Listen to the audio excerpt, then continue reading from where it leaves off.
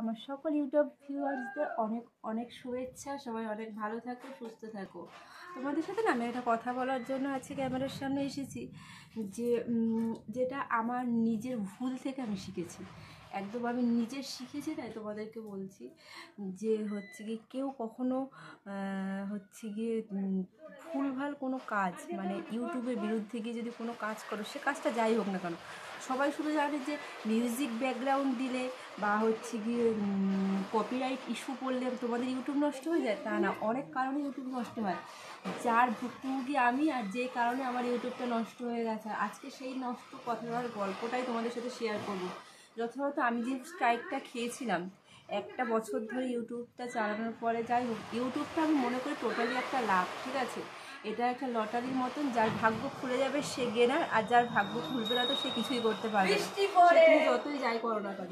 তো সেই কারণে আমি যে ভুলগুলো করেছিলাম, হয়তো 1 বছর ধরে ইউটিউবে খেটেছি কিন্তু সেইভাবে কিছু করিনি, হয়তো শিখতে পারিনি, হয়তো আমার ভিডিও কোয়ালিটি ভালো ছিল না, বা হয়তো আমি সেভাবে তৈরি ছিলাম না, তাও একটা শিক্ষা তো পেয়েছি।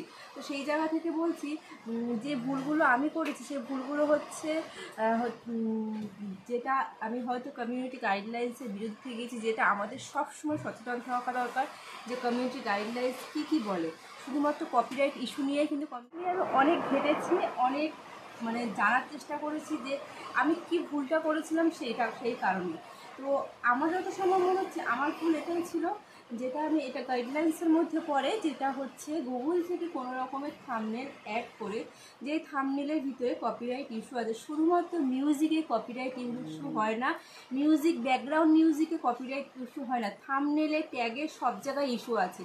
তো হয়তো আমি সেই ভুলগুলো করেছিলাম, গুগল থেকে থাম্বনেল ডাউনলোড করে সেটা আমার ব্লগে অ্যাড করেছিলাম। যতই নিজের কন্টেন্ট ক্রিয়েট করো না কেন, কখনোই কিন্তু ওই গুগল থেকে থাম্বনেল নিয়ে যেটা হচ্ছে গিয়ে বা ডাউনলোড করে আমরা অ্যাড করতে পারবো না, কারণ এখানেও কমিউনিটি গাইডলাইন্সের মধ্যে ইস্যু আছে। আর একটা ইস্যু যেটা হচ্ছে ক্যাপশানের মধ্যে তুমি যে রিলেটেড ভিডিও করছো সেই রিলেটেড ভিডিওতে, সেই রিলেটেড ভিডিওতে তোমার ক্যাপশানগুলো যথাযথ থাকা দরকার।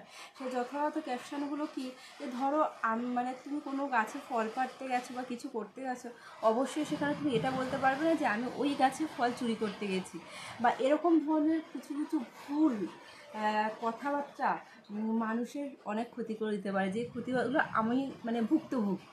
তো সেই কারণে তোমাদেরকে বলছি যে আমার এই নতুন প্রিয়াঙ্কা ডায়েরিজ তোমরা একটুখানি হেল্প করো, যাতে করে আমি চ্যানেলটা গ্রো করতে পারি। আর এটাই তোমাদেরকে বলার কারণ, আমার সত্যি অনেক খারাপ লেগেছে।